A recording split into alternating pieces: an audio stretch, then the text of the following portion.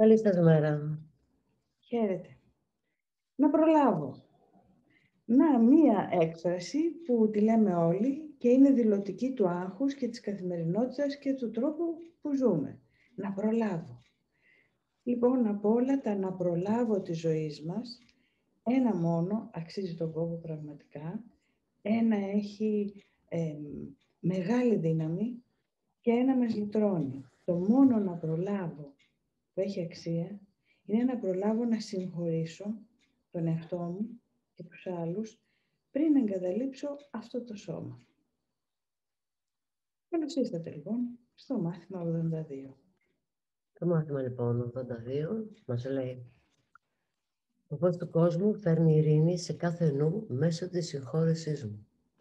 Ας μην ξεχνώ τη λειτουργία μου». Είναι μια επανάληψη λοιπόν των μαθημάτων 63 και 64. Ας επανεξετάσουμε λοιπόν τις παρακάτω ιδέες σήμερα. Ναι. Το φως του κόσμου φέρνει την ειρήνη στον κάθε νου μέσω της συγχώρεσής μου. Η συγχώρεση είναι το μέσο με το οποίο το φως του κόσμου εκφράζεται μέσα από μένα. Η συγχώρεσή μου είναι το μέσο με το οποίο αντιλαμβάνομαι το φως του κόσμου μέσα μου. Η συγχώρεσή μου είναι το μέσο με το οποίο ο κόσμος θεραπεύεται μαζί με τον εαυτό μου.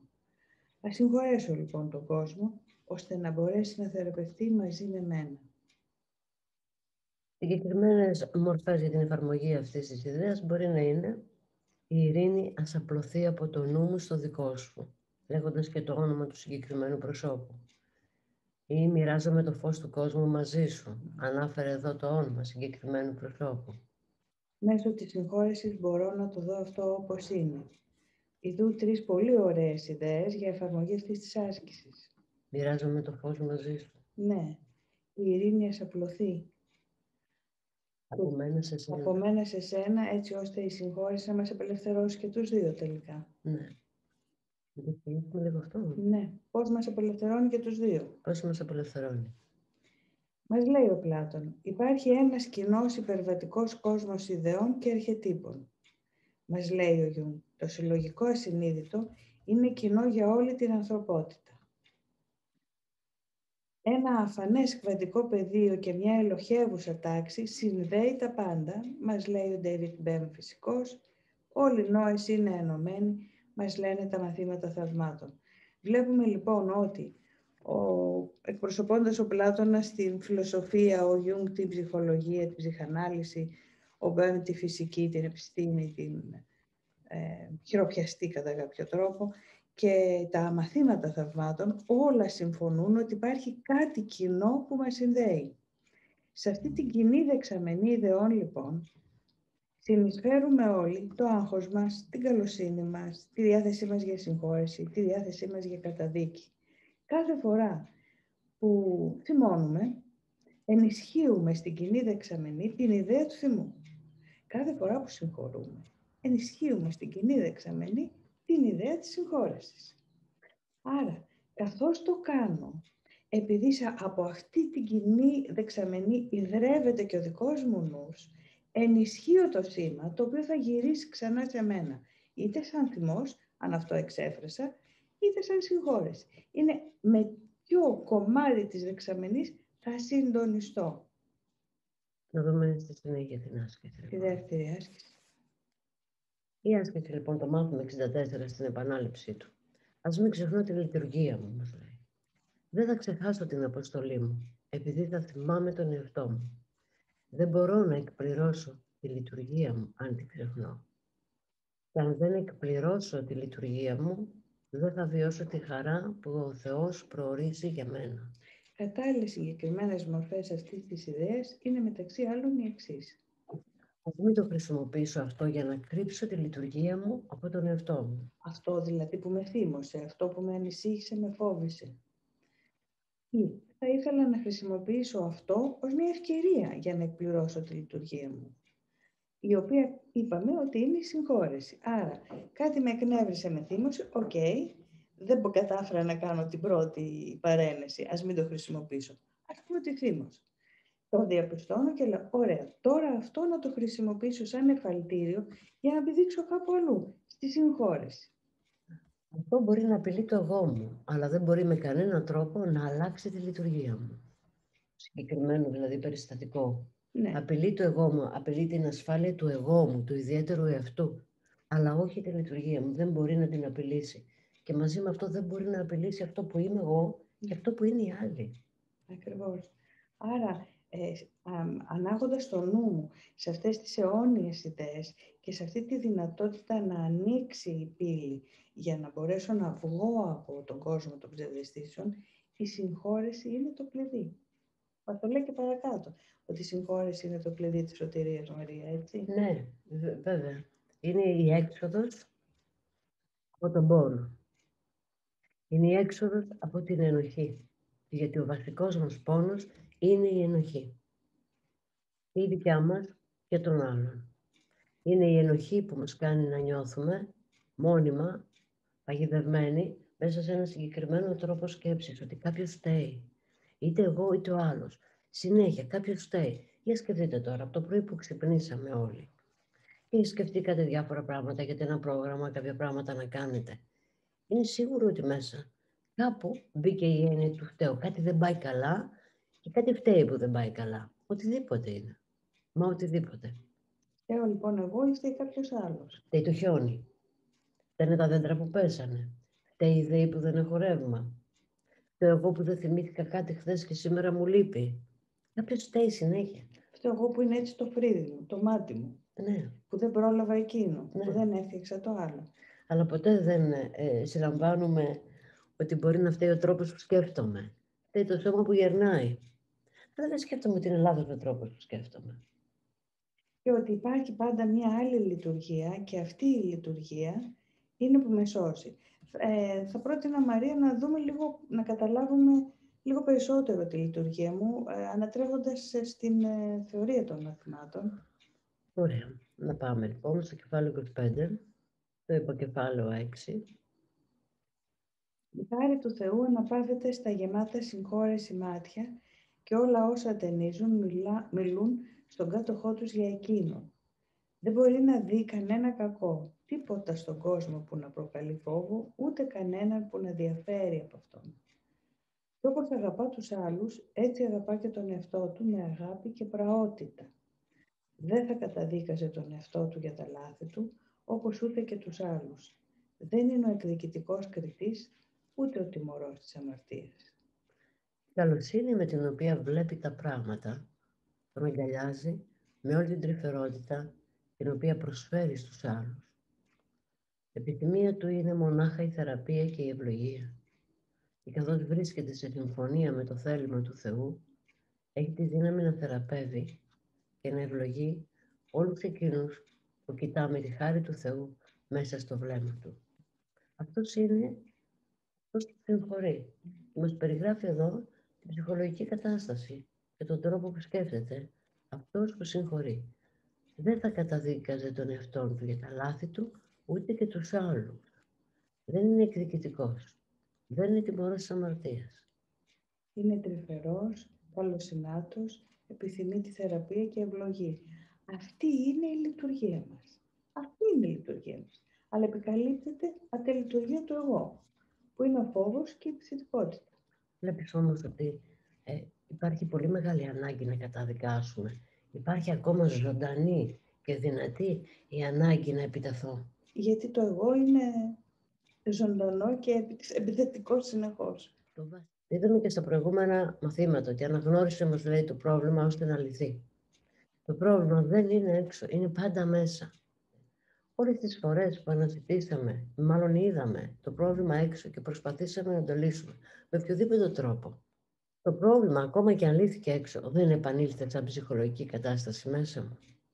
Δεν σταμάτησα να βλέπω το κακό, δεν σταμάτησα να βλέπω ότι μου επιτίθενται, δεν σταμάτησα να νιώθω ανασφαλής. Άρα μπορεί να άλλαξε η μορφή, αλλά το περιεχόμενο που ήταν η άποψη ότι είμαι ευάλωτη, βάλλομαι, ότι απειλούμε, δεν άλλαξε. Έφυγε αυτό το πρόβλημα και ήρθε ένα άλλο στη θέση του, όπως η λερναία ύδρα που βλέπαμε τις προάλλες σε προηγούμενο μάθημα. Και το περιεχόμενο είναι πάντα ένας φόβος. Ναι. Με τη συγχώρεση λοιπόν συνδεόμαστε με μια κατάσταση μέσα μας, η οποία μας βγάζει από το φόβο.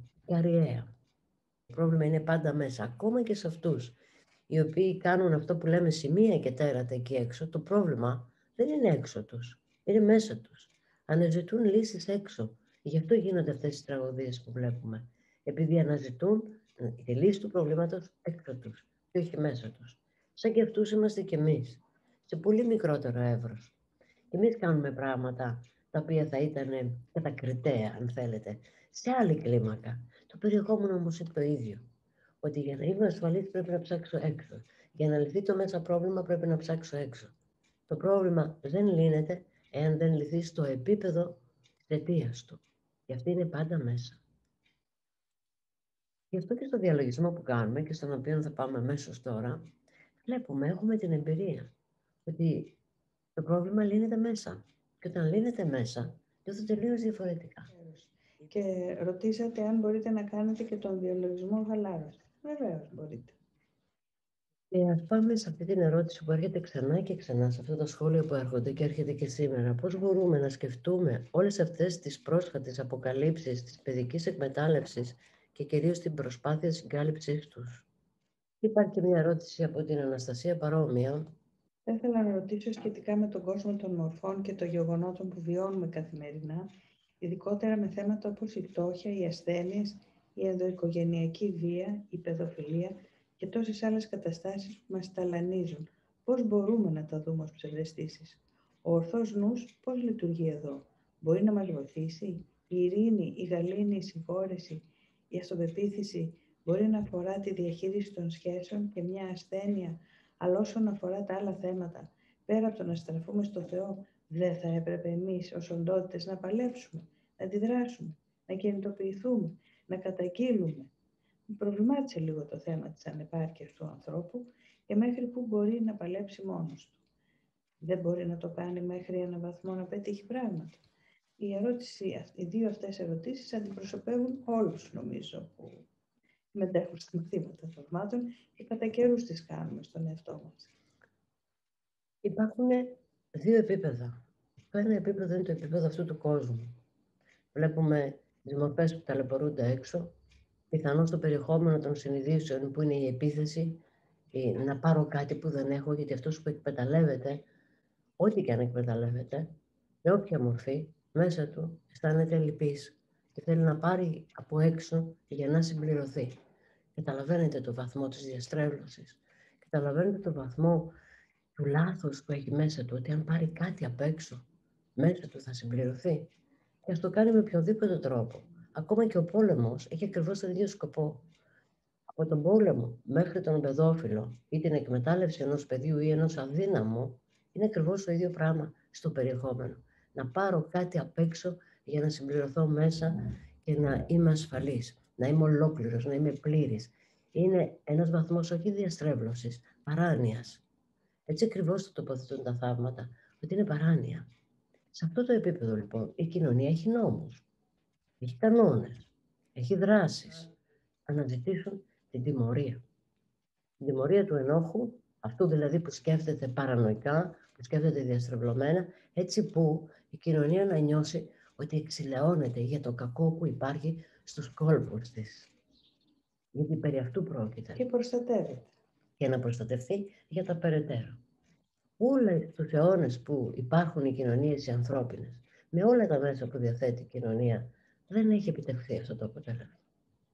Στο άλλο επίπεδο που έρχονται να μας το πούν όχι μόνο τα μαθήματα θαυμάτων, αλλά και άλλες προσεγγίσεις, όπως είναι και η προσεγγίση των Θιβετιανών. Στο βιβλίο «Η Χαρά» νομίζω λέγεται, που έχει γίνει συνέντευξη του Δαλάη Λάμα, το βιβλίο της Χαράς, του Τούτου, αρχιεπισκόπου της Νοτιού Αφρικής.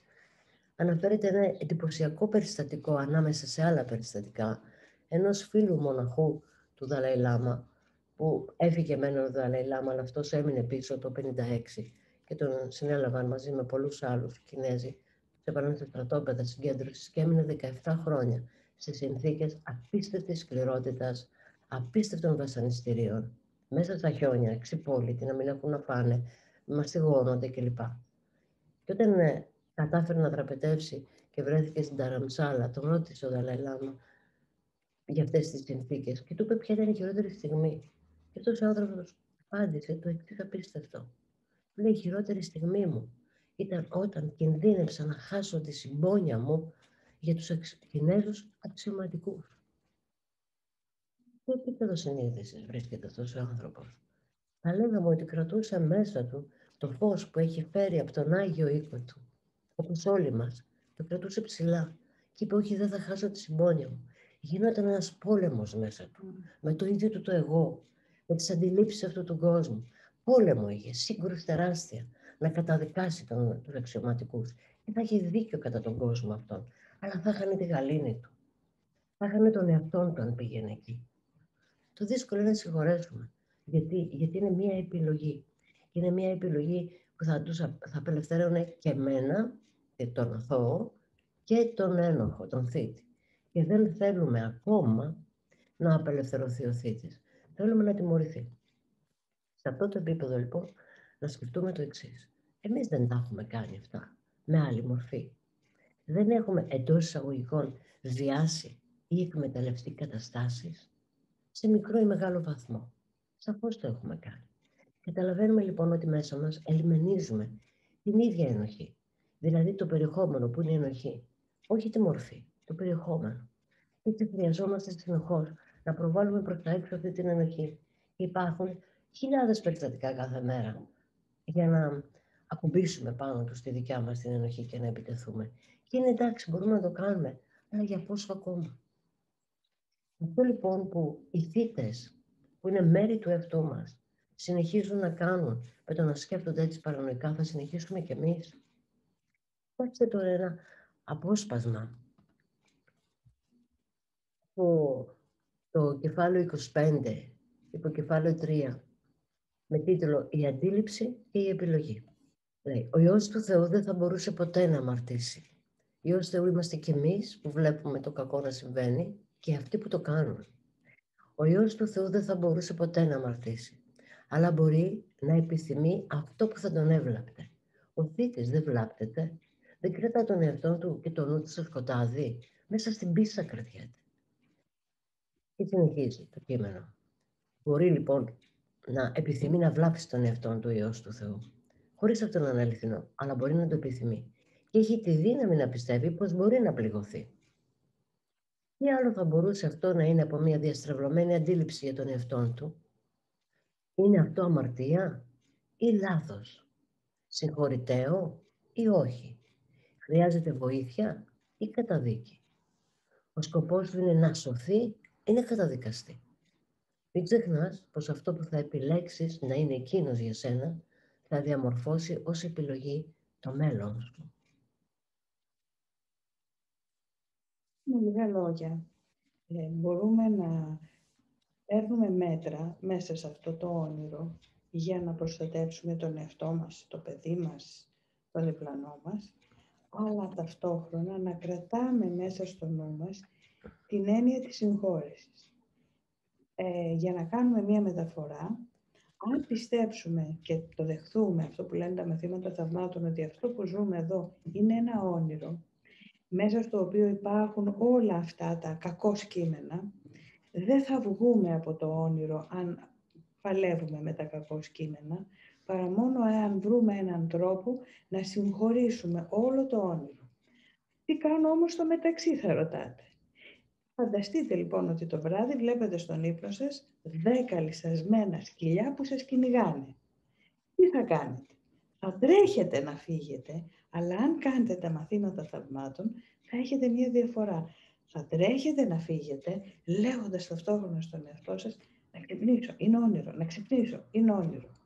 Δεν έχουμε δει εφιάλτες που το λέγαμε μέσα μας, να ξυπνήσω, είναι όνειρο, να ξυπνήσω, και ξυπνάμε κάποια στιγμή. Το να ξυπνήσω είναι όνειρο, είναι η συγχώρεση. Πολύ ωραία το τοποθέτηση και πολύ ωραίο το παράδειγμα. Να βάλουμε μόνο ακόμα ένα παράγοντα σε όλη αυτή την απάντηση που δώσαμε. Τα σώματα έχουν γίνει για να αποδείξουν ότι το κακό υπάρχει, ότι η επίθεση είναι αληθινή, και όμως τα σώματα πεθαίνουν. Και όμως τα αφήνουμε. Και όλο αυτό το παιχνίδι της αμαρτίας, της επιθετικότητας, της παράνοιας παίζεται με κύριο πρωταγωνιστή το σώμα. Το οποίο σώμα από μόνο του δεν σκέφτεται και δεν κάνει τίποτα. Ένα όργανο είναι. Αυτός που το χρησιμοποιεί έχει πρόβλημα στον τρόπο που σκέφτεται. Και το πρόβλημα είναι μέσα του. Ο Σωκράτης είχε πει: «Έασον εαυτούς χαίρειν». Άστε τους να χαίρονται. Γιατί καταλάβαινε τι γίνεται μέσα στο νου τους. Και να θυμάμαι λοιπόν ότι μπορείς να με σκοτώσεις, αλλά δεν μπορείς να με βλάψεις. Αυτό σημαίνει ότι μπορείς μέσα στο όνειρο και μέσα στον πρωταγωνιστή του ονείρου που είναι το σώμα να κάνεις πράγματα, αλλά την ουσία, την αλήθεια αυτού που είμαι, δεν μπορείς να το βλάψεις. Αυτό πρέπει να το κρατάμε στο νου μας. Για μας, για το θύμα, για το θήτη. Για όλους. Και πάλι θα γυρίσω στη Μέρη, γιατί πώς το έχει τοποθετήσει πολύ ωραία. Δεν θέλω να καταδικάσω, θέλω όμως να προστατεύσω. Να βάλουμε λοιπόν το ερώτημα: τι χρειάζεται προστασία, το σώμα ή ο νους μου, με τον οποίο ήρθα και με τον οποίο θα φύγω και με τον οποίο κυκλοφορώ κάθε στιγμή. Εξαρτάται από πού θα το δει. Το σώμα χρειάζεται προστασία και ο νους θεραπεία. Και ας δείξουμε πάλι άλλη μια φορά αυτό το πινακάκι που είχαμε ξαναδείξει, για να το εικονοποιήσουμε όσο γίνεται. Βλέπουμε εδώ πάλι τον περίφημο επιλογέα, ο οποίος καθοδηγείται είτε από το εγώ, που είναι η σκέψη του ιδιαίτερου εαυτού, ο οποίος μπορεί βεβαίως να πάσχει, ή να καθοδηγείται από το Άγιο Πνεύμα, που οδηγεί στην ειρήνη μέσω της συγχώρεσης. Και αυτός είναι στον ορθό νου. Ο επιλογέας είναι από πού θα πάει. Θα πάει από εδώ ή θα πάει από εκεί. Θα πάει με οδηγό το εγώ ή θα πάει με οδηγό το Άγιο Πνεύμα. Γιατί ο επιλογέας αυτή τη στιγμή κοιμάται. Το μόνο που βλέπει είναι να το επιτίθεται. Αν ξυπνήσει, πρέπει να κάνει μία επιλογή. Όποια και να είναι εντάξει, γιατί θα έχει μια εμπειρία μαθησιακή μέσα από αυτό. Δεν χρειάζεται να κατηγορήσουμε ή να καταδικάσουμε τον εαυτό μας πηγαίνοντας προς τη μεριά του εγώ. Δεν πειράζει. Χρειάζεται να συσσωρεύσουμε εμπειρία και κατανόηση για το τι μας κοστίζει ο οδηγός που λέγεται εγώ και η ταύτιση με το σώμα. Οπότε μην καταδικάζουμε τον εαυτό μας αν θέλουμε να καταδικάσουμε τους άλλους και να επιτεθούμε, αρκεί να είμαστε συνειδητοί στην επιλογή που κάνουμε. Και βλέπουμε ότι εδώ έξω είναι ο κόσμος, ο επιθετικός κόσμος, ο κόσμος των ομορφών. Εδώ συντελούνται τα πάντα, είτε από τους θύτες είτε από τα θύματα. Εδώ βιώνεται, μοιάζει να βιώνεται έξω στο σώμα. Δεν βιώνεται στο σώμα. Το πρόβλημα δεν είναι στον έξω κόσμο, είναι μέσα. Στις σκέψεις χωρίς αγάπη που οδήγησαν κάποιον να επιτεθεί χρησιμοποιώντας το σώμα εδώ έξω, και εμείς κάνουμε επίσης το ίδιο.